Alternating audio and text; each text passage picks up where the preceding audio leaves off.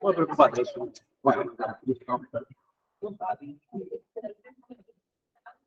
Vamos a la presentación. Bueno.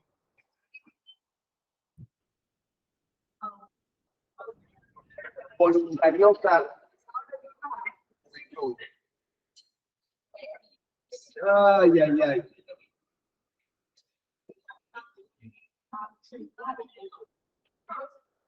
¿Por qué están con esa cara de preocupación? Yo tendría que estar preocupado. Ahora me tengo que ir a Buenos Aires porque se reúne mi promoción. Cumplimos 50 años del bachillerato. Así que yo tendría que estar preocupado. ¿Sí? Bien. El tiempo pasa. Wow. No, acá no veo, no me da la vida. El tiempo pasa y no veo lo que está en la pantalla. Así que, si necesitan algo, hagan señas de atrás de la pantalla. Si no, se puede correr el fondo. Bueno, vamos a tocar los temas en relación a, uno de ellos en relación a nutrición, y en otro a trabajo y tiempo libre.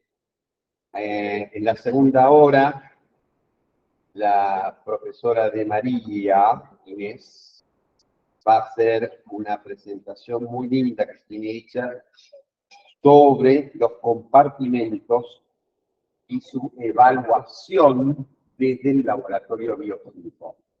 ¿Sí? O sea, todo lo que sea análisis de sangre, análisis de orina y en relación a, sobre todo análisis de sangre en relación al compartimento plasmático.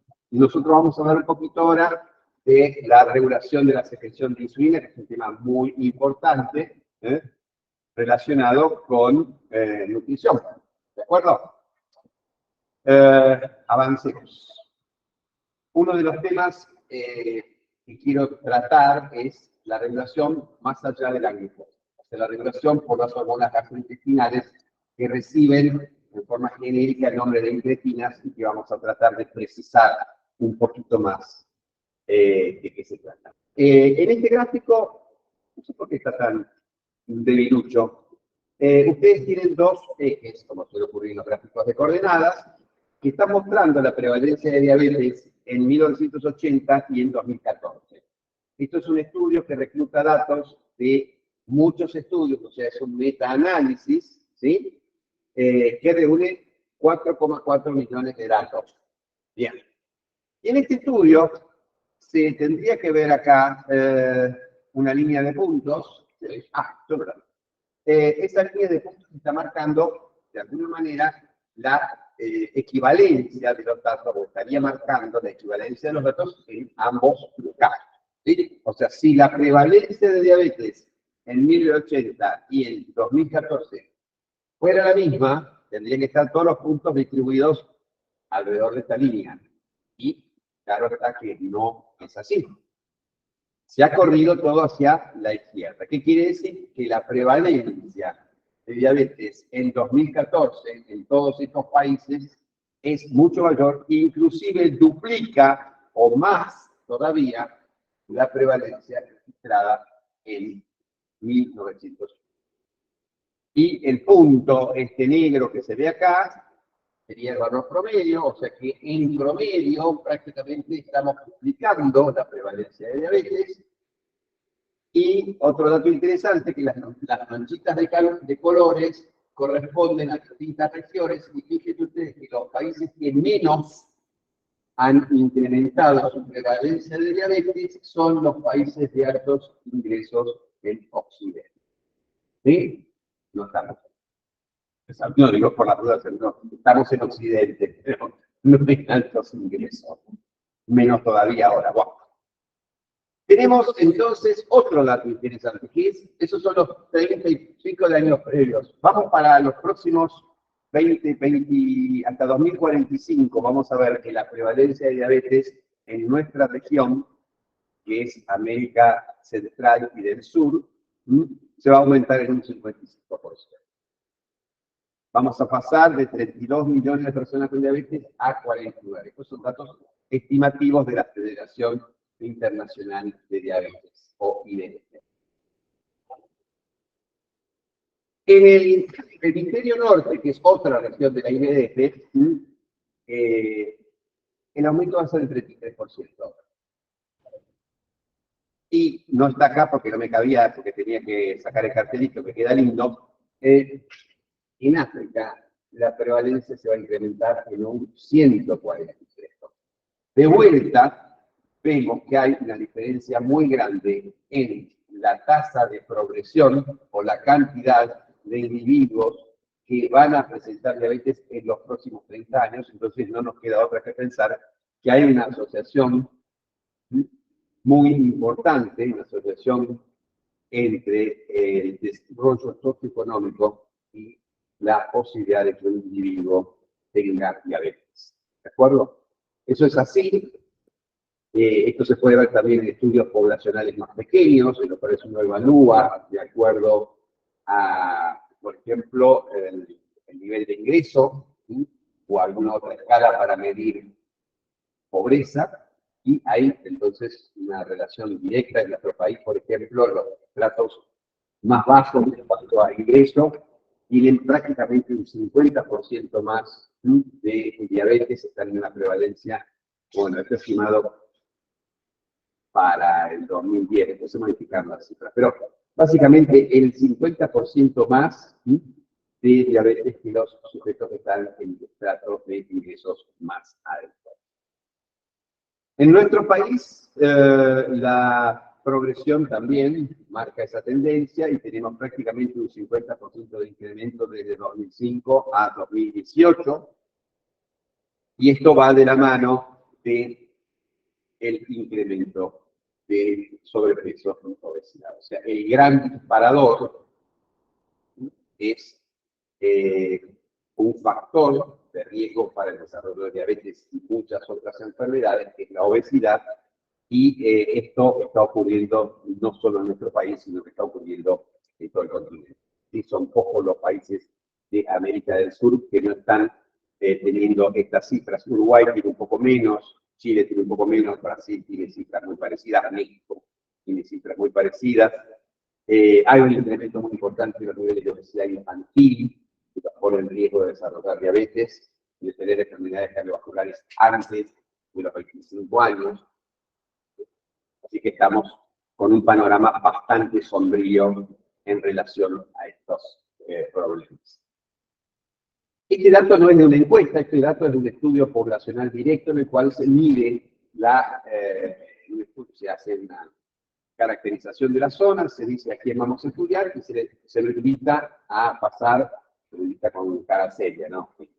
Vas a venir, sí, a pasar por un centro, esto se hizo en el gobernador Villasoro, que es una población en la frontera entre Corrientes y Misiones, dos provincias del nordeste de nuestro país, y en uno de los gimnasios de los clubes se había habilitado el laboratorio, entonces la gente se la citaba, se hacía la encuesta de datos y se decía, mañana tenés turno en el laboratorio, iban, le sacaban sangre y veían, no le preguntaban si tenía diabetes, eso hubiera sido una encuesta, le decían, venga, que venimos.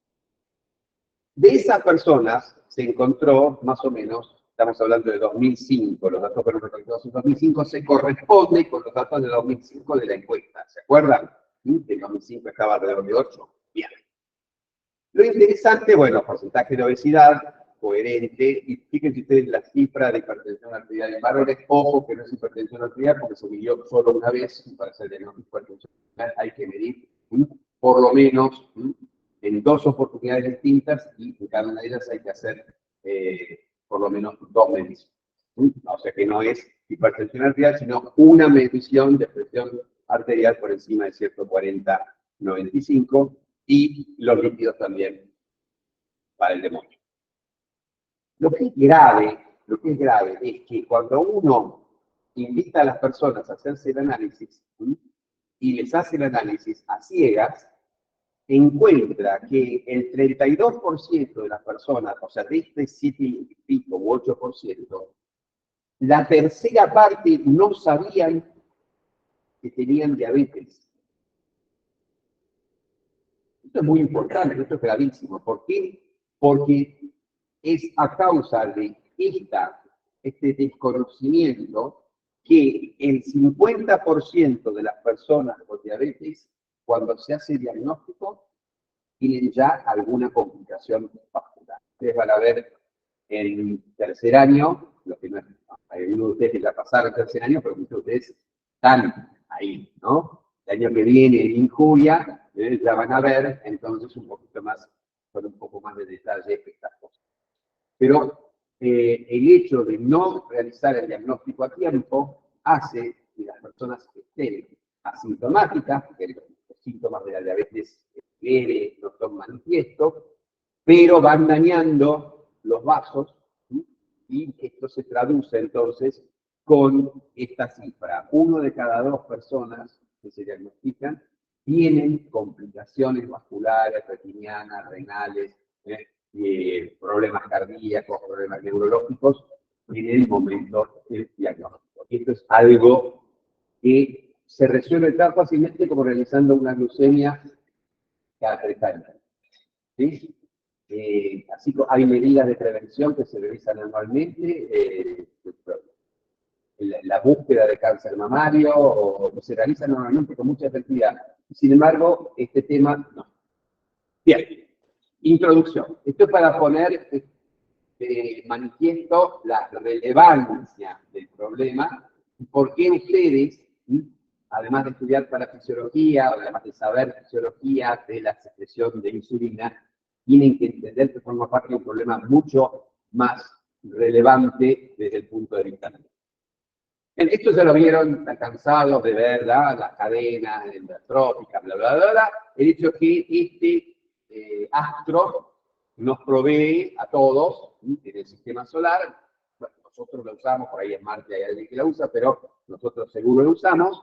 Y terminamos a través de los autótrofos que engloban, que almacenan esa energía en algunos compuestos orgánicos reducidos porque la agüita, ¿no? Junto con el CO2 van a aportar hidrógeno, y estos compuestos reducidos se van a ir oxidando en distintos procesos bioquímicos para dar energía, dióxido de carbono. ¿Sí? Bien. Vamos a hablar de la importancia de la glucosa y vamos a decir que la glucosa es importante, pero no tanto. La mayor parte de los libros son muy glucosófilos, que hablan de la glucosa como la cosa más grande que hay, la moneda, como vendría a ser así como el dólar del metabolismo, y sin la glucosa no vamos a ningún lado. Fíjense que en general la mayor parte de los tejidos, si hablamos en cuanto a su cuantía en el organismo, el hígado que tira 1,5 kg más o menos, 1,5 kg de hígado, tejido adiposo depende, pero tenemos sí, 15-20% del peso de un individuo tejido adiposo. Músculo esquelético, lo mismo, dependiendo del grado de entrenamiento, pero ahí tenemos también otro 20% del peso. Ninguno de ellos son dependientes de la glucosa para llevar a cabo sus reacciones de obtención de energía. ¿De acuerdo? Entonces, y tampoco, ni los colonocitos, ni los enterocitos, o sea, van a utilizar glucosa como fuente de energía. Entonces, ¿por qué es tan importante la glucosa? Más del 50% de nuestras células no usan glucosa con fines energéticos. ¿Sí? Además, almacenar glucosa ocupa mucho espacio. No solo, imagínense si almacenáramos glucosa, la comprimimos en una molécula, ¿no? Donde está todo ahí empaquetadito, lo hecho que se llama glucógeno. Pero también el glucógeno ocupa mucho espacio relativamente, mucho más espacio del que ocupan los lípidos en el tejido adiposo. Y además, como si esto fuera poco, los lípidos rinden más del doble, porque por 1 gramo de lípido que oxidemos, entonces uno no entiende por qué todos queremos tanto a la glucosa. Algo tiene que tenerla, ¿sí? Y tiene, por ejemplo, el hecho de que la glucosa es esencial para iniciar la actividad física. El músculo en reposo consume ácido graso libre, pero cuando empezamos a hacer actividad física, que es en la cabecita, ¿no? El inicio, requiere fosfágenos, ¿no? Después le entramos a la glucólisis anaerobia, después glucosa. Y si estamos en un ejercicio prolongado, cada vez que queramos hacer un pique o algo de aumentar la intensidad del ejercicio, vamos a necesitar glucosa. Entonces, es esencial para el inicio y cada brote de actividad física intensa. Tiene funciones energéticas, el cerebro sin glucosa no funciona, tiene funciones energéticas, plásticas, interviene en la síntesis de neurotransmisores como por ejemplo el glutamato y el GABA, o sea, es indispensable para la función del sistema nervioso central. También, perdón, me olvidé de mencionarles, acá hay un rezagado metabólico, pobrecito, el eritrocito, que ni siquiera células le tiramos, ¿no? Le decimos elementos formes. Bien, el eritrocito necesita glucosa, sí o sí, lo mismo en las células de la médula renal, etc. Y no sé, que hay algunos tejidos que necesitan glucosa y de ellos, obviamente, el más relevante es el sistema nervioso central y por eso hay todo un sistema de protección generado para evitar hipoglucemia, para que el sistema nervioso central no quede deprivado de glucosa. La glucosa es muy cómoda por algunas razones. En primer lugar, es muy hidrosoluble. En segundo lugar, sí.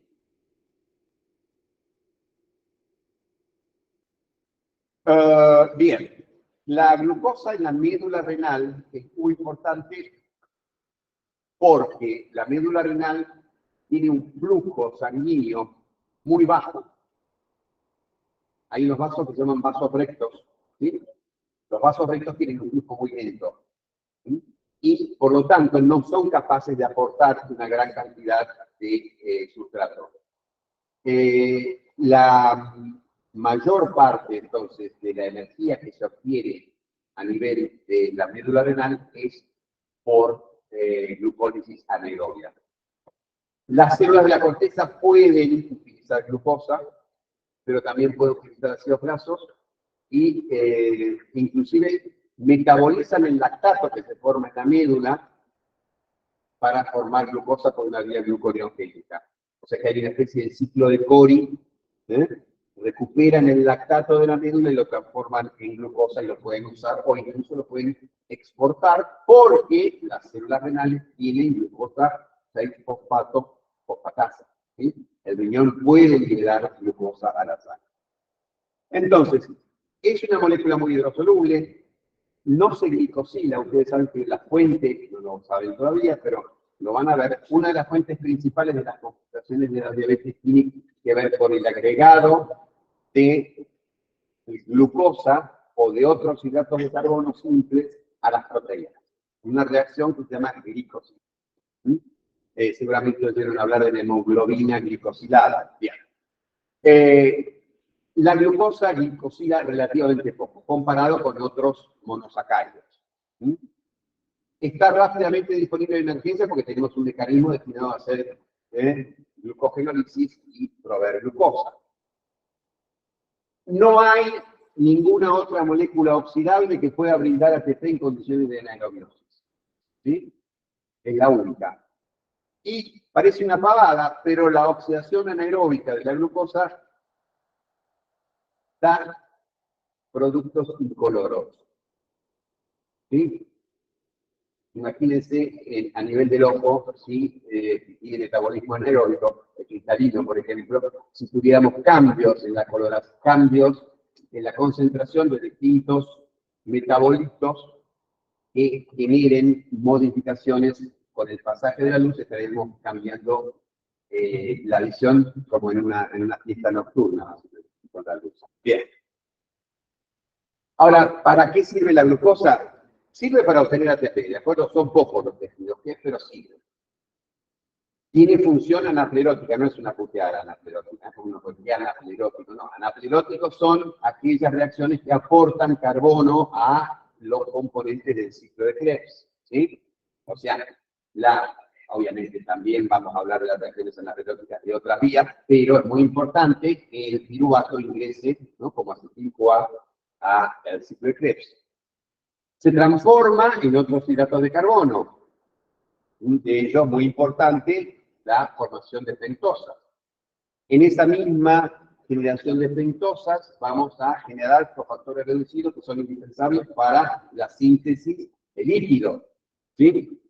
Interviene en las reacciones de glucoregeneración, o sea, para transformar la bilirrubina, etcétera, etcétera, y además forma parte de proteínas y otros.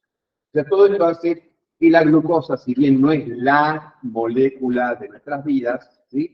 Es una molécula bioquímicamente muy importante y estamos armados evolutivamente como, como seres vivos que dependemos metabólicamente de las concentraciones de glucosa para mantener nuestra vida. ¿Sí? Entonces, de ahí que la homeostasis glucémica sea un capítulo muy importante de la fisiología y que involucre distintos aspectos. Un mecanismo, el más común de todos, sería la homeostasis adaptativa, que significa aumenta la glucosa, se libera insulina, baja la glucosa, se libera glucagón, aumenta. Eso sería homeostasis adaptativa. Ingiero, mando insulina y así sucesivamente. Pero tenemos también una homeostasis predictiva que permite modificar la secreción de insulina y la sensibilidad de la insulina de acuerdo a la hora del día. ¿Sí? Y esto tiene que ver obviamente con los ritmos circadianos. Existen ritmos circadianos en la sensibilidad de los tejidos a la insulina y en la capacidad del páncreas de responder a los aumentos de glucosa. Y por último también tenemos la posibilidad de modificar la masa de células beta, adaptándola a un aumento del requerimiento crónico de las células. Por ejemplo, durante el embarazo, o por ejemplo, cuando aumentamos de peso y hace falta más insulina, el páncreas tiene esta misma plasticidad que puede tener el ventrículo izquierdo, ¿sí? Para aumentar el espesor de su pared en un individuo y realizar un entrenamiento, sobre todo con ejercicios de fuerza. ¿Sí? Bien.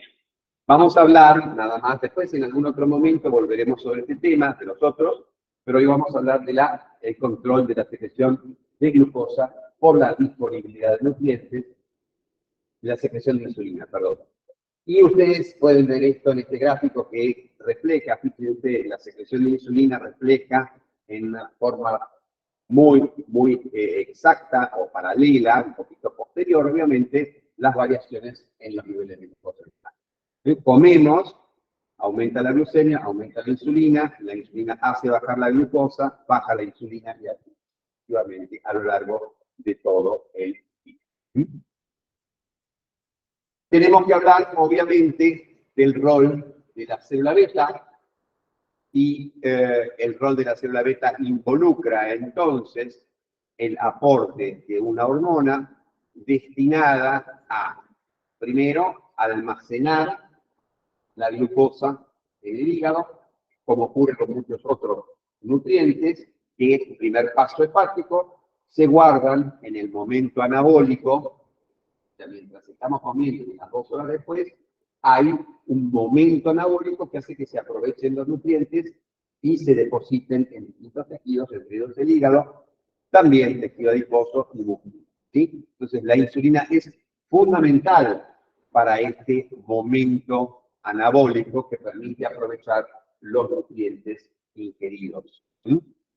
En segundo lugar, algo tan sencillo, el páncreas está equipado con un sensor de nutrientes que vamos a estudiar un poquito más en detalle y un mensajero hormonal que es el que determina el ingreso de los nutrientes a los tejidos y su almacenamiento, porque no solo va a favorecer el ingreso de la glucosa al músculo, por ejemplo, sino que va a aumentar la tasa de glucógeno génesis, tanto a nivel del músculo como, por ejemplo, a nivel del hígado. Y al mismo tiempo, la insulina tiene un profundo efecto anticatabólico. Inhibe la glucogenólisis, inhibe la lipólisis y la proteólisis. De esta manera, entonces, facilita que esos depósitos de nutrientes permanezcan con su nivel original. Qué lindo muchacho. Este muchacho era estudiante de medicina, creo que tenía 21 años cuando describió unas agrupaciones de células más claras que el resto de las células acinares en 1869 y escribe entonces su tesis de contribución a la anatomía microscópica de la glándula del páncreas. ¿Sí? Es gracioso porque en alemán ustedes vieron en histología que si ustedes les dan un corte de páncreas o un corte de salival, a menos que encuentren un islote, difícil que sepan cuáles, porque son muy parecidos. Y por eso los alemanes lo llaman al páncreas glándula salival del abdomen. Bien. Pasaron 115 años, o sea, en ese momento se descubren los islotes. En ese momento no se sabía que el páncreas tenía que ver con la diabetes, se avisó. Este descubrimiento es de los años 70, 1970 y pico, en donde se descubre que por pancreatectomía un perro se puede transformar en diabético. ¿Sí? Recién en 1875, o sea, un par de años después, se sabe que el páncreas tiene que ver, hasta ese momento se creía que el páncreas, la diabetes es una enfermedad renal. Pasaron 115 años hasta que se elucida el mecanismo por el cual la glucosa estimula la secreción de insulina, que es la presencia de canales de potasio que son abiertos o cerrados por la concentración, o sea, regulados por la concentración de ATP. Recién en ese momento se encuentra cuál es la herramienta, fíjese, todo un paso desde la comprobación anatómica de que existe algo distinto del páncreas que no se sabía que secretaba. El nombre de insulina viene a fines del siglo XIX y recién 115 años después aparece este canal. Entonces acá tenemos el sensor, el mecanismo sensor de la célula beta tiene que ver con que una enzima, que es la glucoquinasa, que es en realidad una quinasa parecida a la exoquinasa, pero con propiedades especiales, lo vamos a ver después, estimula la fosforilación de la glucosa y esta se transforma por la vía característica en ATP, se transforma. Rinde ATP en su transformación y ese ATP va a producir el cierre de un canal de potasio que al cerrarse modifica el potencial de reposo. El potencial de reposo cuando se acerca al cero, salta unos 15 milivoltios en dirección al cero, permite que se abra un canal de calcio gatillado por el voltaje, ingresa calcio y el calcio va a estimular la secreción de insulina por los mecanismos que vamos a ver después. Este sería el más sencillo. Vamos a ver que este mecanismo incluye en realidad otro tipo de regulación por otros nutrientes, pero hay unos que nos interesan mucho, que son la vía de amplificación neurohormonal. Esa vía de amplificación neurohormonal involucra al vago e involucra a las enterohormonas que se conocen con el nombre de incretinas. ¿Es por qué es tan importante la glucoquinasa? Porque la glucoquinasa fosforila, a diferencia de la mayor parte de las enzimas que tienen una cinética de orden cero, en donde los saltos de concentración del sustrato no son muy relevantes para lograr una actividad máxima, la glucoquinasa tiene otra cinética y esa cinética hace que a medida que aumenta la concentración de glucosa en la célula beta, cada vez sea más activa. De tal manera entonces que es un mecanismo muy importante para lograr que se forme más ATP cuando aumenta más la glucosa. Y ese ATP es el que va a ir a cerrar los canales de potasio. Ojo de piojo porque, como suele ocurrir, la glucosa no solo estimula la secreción, sino que también es un regulador potente de la transcripción y la traducción del gen de la insulina. O sea que va a ser un mecanismo doble, va a estimular la secreción, pero también su síntesis. Y dentro de la célula beta, entonces, este mecanismo que ya conocemos involucra, entonces, un transportador de glucosa de tipo 2, la glucoquinasa, perdón, la glucoquinasa que transforma la glucosa en glucosa 6-fosfato, el canal de potasio sensible al ATP, el canal de calcio activado por el salto de voltaje y la quinasa de calcio-calmodulina, que es la que va a poner en marcha el movimiento, la movilización de los gránulos contenidos de insulina hacia la membrana. ¿Sí? La secreción de insulina tiene dos picos y esos dos picos están representados por los gránulos que están cerca de la membrana y los gránulos que están más lejos. En las personas con diabetes el primer pico se pierde característicamente, lo primero que se pierde es la secreción del primer pico, y fíjense ustedes que hay una relación directa entre la cuantía de secreción precoz, el primer pico sería la respuesta a los 30 minutos, y la tolerancia a la glucosa. O sea, las personas que tienen un pico de secreción de insulina elevado tienen buenas glucemias después de la sobrecarga. Personas que tienen niveles bajos de secreción de insulina la primera media hora, se les va al cuerno la glucemia después de la sobrecarga. ¿Sí? Y agregamos acetilcolina, agregamos el vago a través de la proteína C, etcétera, que ya conocen, y agregamos las enterohormonas, que manejan los niveles de AMP cíclico, ¿sí? Las que aumentan la secreción de insulina, como GLP-1, GIP, eventualmente glucagón, van a aumentar el AMP cíclico y activar a la proteína cíclica, mientras que las somatostatina, que sería una inhibitoria, la galanina, que también es inhibitoria, y el efecto alfa-adrenérgico, ¿sí? Van a estar disminuyendo los niveles de AMP cíclico, de esta manera disminuyendo la secreción de insulina. Estos tres entonces son los tres reguladores principales de la secreción de insulina en el momento postprandial y hay que conocerlos. Bueno, en realidad son un poco más, ¿sí? Y estos serían algunos de los mecanismos, no hace falta que nos detengamos en ellos. Vamos a hablar de las incretinas brevemente. Este señor es, en una época le decíamos el padre de la fisiología, pero no nunca le dije padre de la fisiología, para mí ya era el abuelo, y ahora es el bisabuelo o el tatarabuelo de la fisiología, Héctor Bernard, y lo relacionan con el interno, la función del hígado, etcétera, etcétera. Y antes de morir, un año antes de morir, escribe que es mucho mayor la cantidad de glucosa que se puede administrar por vía oral que por vía intravenosa sin que se produzca glucosa. O sea que hay una diferencia en el manejo de la glucosa cuando se va por vía oral y por vía intravenosa. Pero no pudo encontrar la explicación.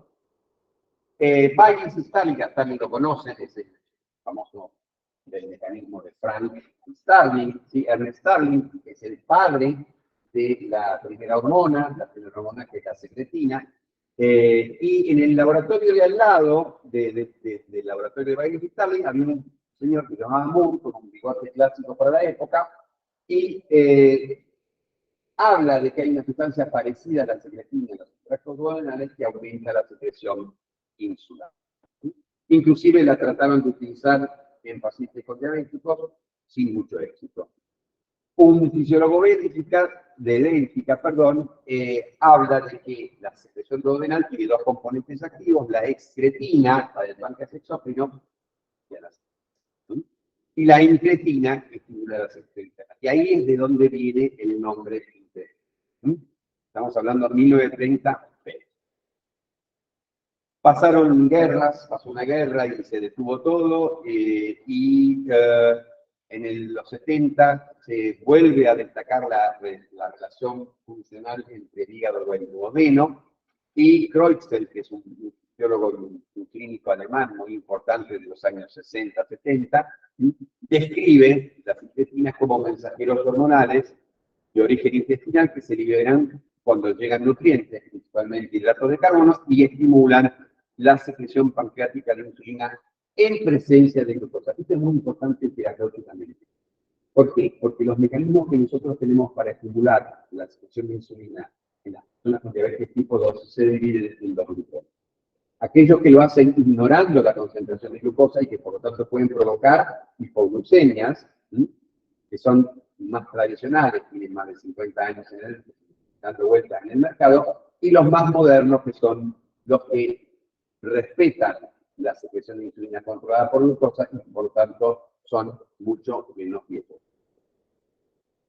Hace falta adaptar, nosotros sabemos perfectamente que nuestra cantidad de comida puede variar desde ayunos más o menos prolongados en un día, en mi caso, a cantidades importantes de comida, ¿sí? Puede ser 2 porciones de pizza, pero también puede ser 3, y si está muy rica puede ser 4, ¿no? Y uno puede comer más rápido o menos rápido, o sea que hay factores temporales y factores en cuanto a la magnitud de la alimentación que es necesario regular. Y esto, entonces, va a requerir de un mecanismo adaptativo muy simple, que no va a estar dado solo por la absorción de los nutrientes, sino que va a estar controlado, potenciado, perdón, por los mecanismos neuroendócrinos que ya mencionamos. Señales vagales a través, entonces, de la acetilcolina y señales hormonales provenientes de tu músculo. Y estas incretinas son precisamente las que van a permitir establecer el vínculo entre ingesta y momento anabólico, porque aumentan la secreción de insulina anabólica y disminuyen la secreción de glucagón, que es catabólico. Fíjense ustedes el efecto incretina, la magnitud que tiene. Una vez que se pudo medir la secreción de insulina a partir de los 60, uno puede establecer esta diferencia. Logramos la misma hiperglucemia dando glucosa por vía oral o por vía intravenosa, ¿sí? Estos serían los perfiles de glucosa en las dos situaciones, pero fíjense que diferente es la secreción de insulina cuando la damos por vía oral, ¿sí? Hay una diferencia de entre un 20 y un 60%. Fíjense qué importante que es la contribución del vago y de las enterohormonas, ¿sí?, para potenciar la secreción postprandial de insulina. Las dos incretinas más potentes, tradicionalmente reconocidas como tales, son el péptido tipo glucagón 1, GLP-1, y el polipéptido pancreático insulinotrópica, glucosa de bebé. Antes le decíamos péptido inhibidor gástrico. Los libros viejos lo van a encontrar como péptido inhibidor gástrico, ahora se llama polipéptido insulinotrópico glucosa de bebé, porque se descubrió que el rol de controlar la secreción de insulina es más importante que el de la inhibición. Tienen un efecto de inhibición gástrica, ¿sí? Tienen un efecto que se denomina entirogastrona, frenan el vaciamiento gástrico, inducen el estado anabólico y reducen la incorporación de alimentos. Sobre todo, estos 3 efectos son mucho más potentes para GLP-1 que para... La secreción es proporcional a la ingesta. Ustedes, 2 comidas de distinto contenido calórico van a tener una modificación importante en la secreción de ambas enterohormonas, y esto va a permitir entonces una mayor secreción de insulina en relación a esa ingesta de mayor cantidad de calorías. El GLP-1 es más potente que el GIP, tanto en las personas con metabolismo normal como en las personas con diabetes tipo 2, ¿sí? Es mucho más potente el estímulo de la secreción de insulina ejercido por GLP-1 que por GIP. Y una cosa, desde el punto de vista terapéutico interesante, es que el efecto incretina está reducido. Fíjense ustedes la diferencia que hay en las personas con diabetes. Hay mucho menos secreción, sobre todo, de GLP-1, que tenían en los sujetos normotolerantes, y estos en celeste en las personas con diabetes. Sí, hay un déficit que no se sabe si es un mecanismo primario o no para la producción de GLP-1. ¿Sí? Hay algunos que dicen que es primario y otros dicen que es secundario a la hiperglucemia en estos sujetos. El hecho es que el GLP-1 va a producir cuando se imponga una disminución de la glucosa, porque aumenta la secreción de insulina, medido a través del péptido C, y disminuye los niveles de glucagón. Bueno, acá tendríamos las vías de señalización involucradas. Es un típico receptor de citotonina transmembrana que va a activar la adenyl ciclasa en primer lugar, pero que puede estar activando otras vías en forma paralela.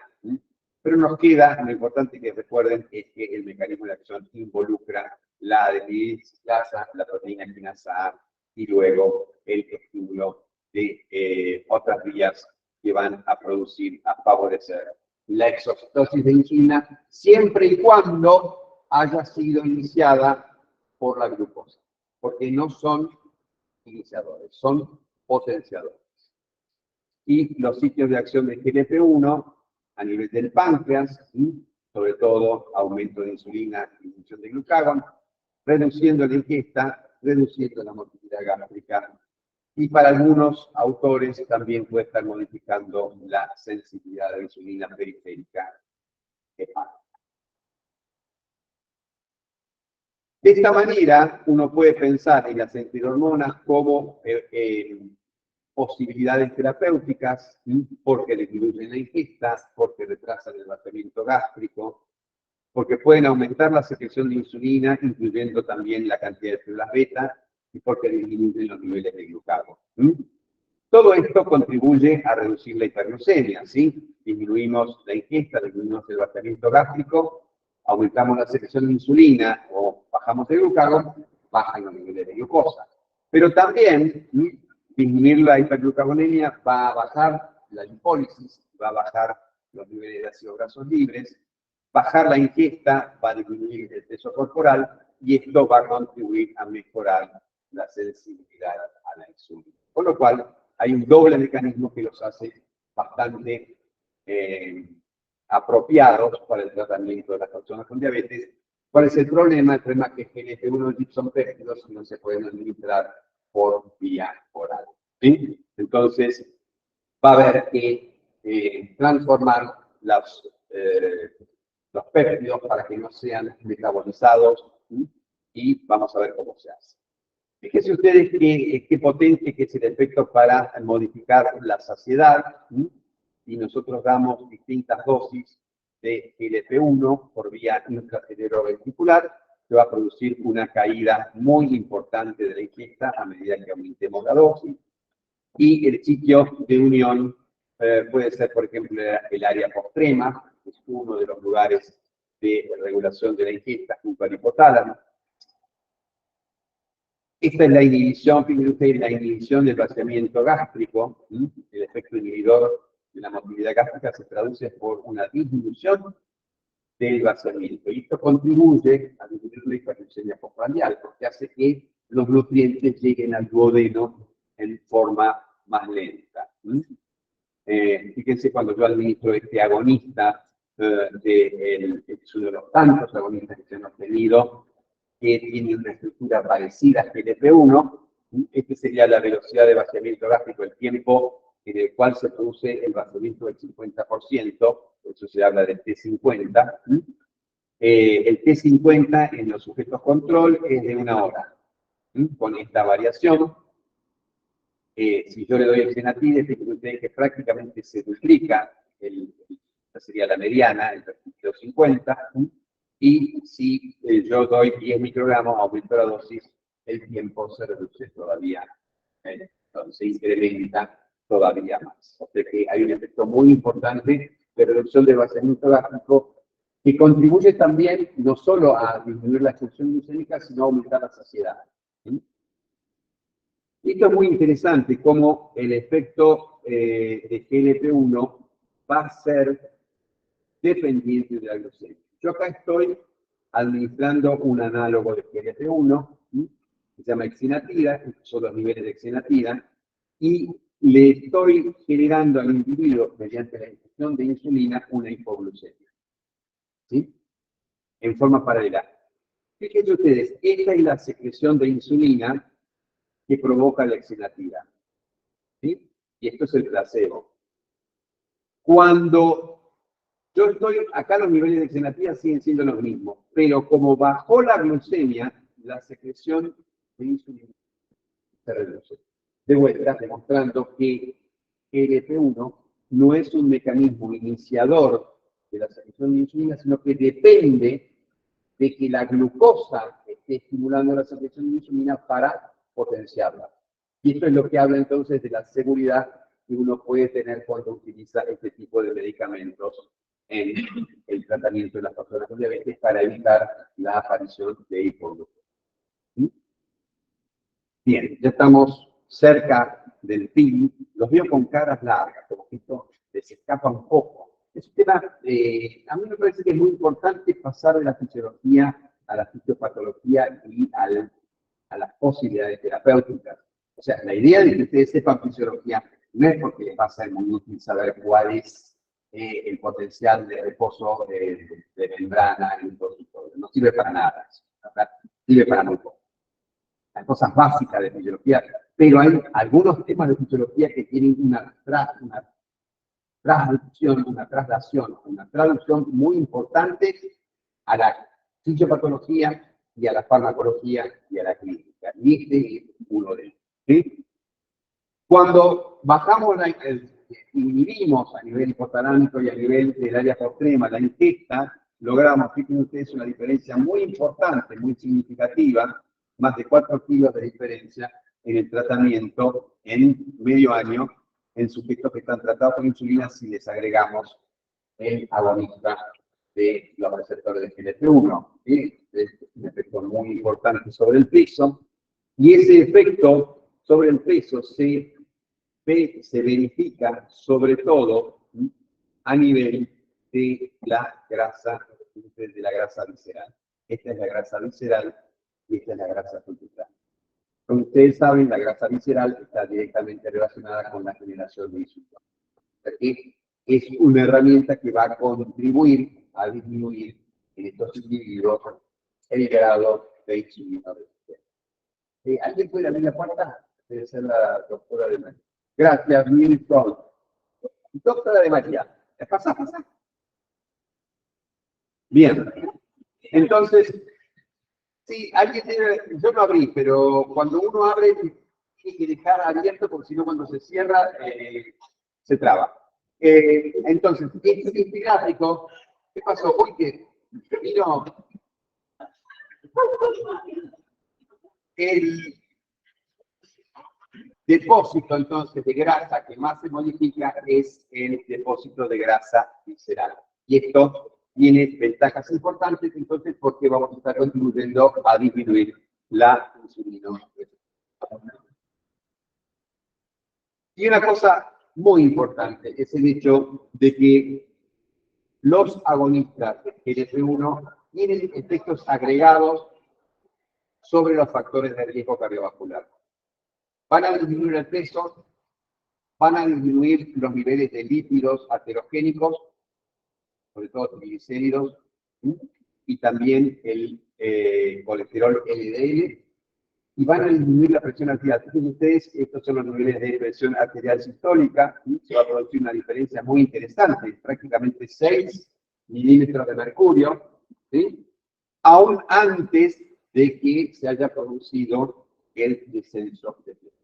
Entonces, tenemos herramientas terapéuticas relacionadas con las incretinas, que son los análogos, se llaman análogos de GLP-1, que cumplen una función importante estimulando la secreción de insulina, respetando la dependencia de esa relación de insulina con la glucosa, o sea que no tienen riesgo de producir hipoglucemia, y además de eso disminuyen el vasomiento gástrico, con lo que contribuyen a mitigar la hiperglucemia postprandial y reducen también la ingesta por su efecto central, también a través del aumento del tiempo de permanencia de los alimentos en el estómago, y finalmente tienen otros efectos no relacionados con el metabolismo sobre la presión arterial, sobre lípidos, y etcétera, que lo hacen unos candidatos muy útiles, porque como ustedes saben perfectamente, el 80%, 70% de las personas que mueren a causa de enfermedad cardiovascular. Y ya para terminar, fíjense ustedes, estos son lo que se llaman gráficos de Kaplan-Meier, gráficos de curvas de sobrevida de personas con diabetes, perdón. Hay un truco para aumentar esto, ¿no? Maravilla. Bien. Fíjense ustedes Este es un estudio donde se da uno de estos agonistas de GLP-1 y se sigue a los pacientes durante, estos serían 2 años, ¿sí? Y esta es la curva de sobrevida o la presencia de eventos cardiovasculares. Esto es para los pacientes que recibieron el agonista y esto es para los pacientes que recibieron el placebo.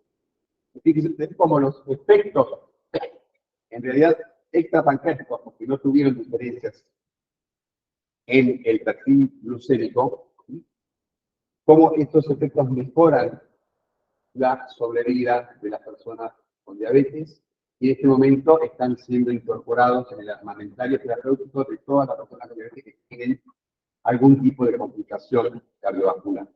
¿De acuerdo? Ya, por ejemplo, en el sistema público de nuestro país, el Ministerio de Salud lo incorpora como obligatorio cuando una persona con diabetes tiene algún tipo de trastorno aparato cardiovascular y fíjense también con accidente cerebrovascular no fatal, con infarto del miocardio y bueno, no la tengo, pero no importa, hay una reducción muy importante también de las causas de internación y muerte por insuficiencia cardíaca. O sea que a través de un medicamento que se supone que estaba destinado a mejorar la situación de insulina, se lograron por otros efectos farmacológicos que fueron descubriéndose después, efectos muy beneficiosos sobre una de las causas principales de muerte, que son las enfermedades cardiovasculares. Y creo que eso es todo. Sí. Bien. Terminamos. Está la doctora que les va a tomar ella el presente en instantes. No sé dónde la ubicaste tú.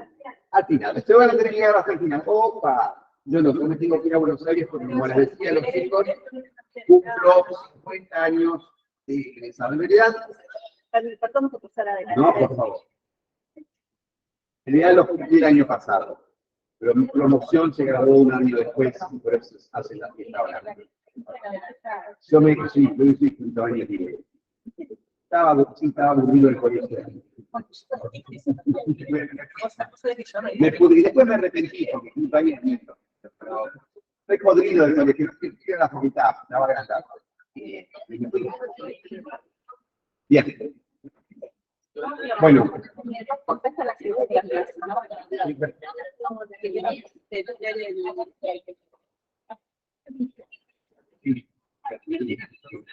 Es el cuerpo de la gente.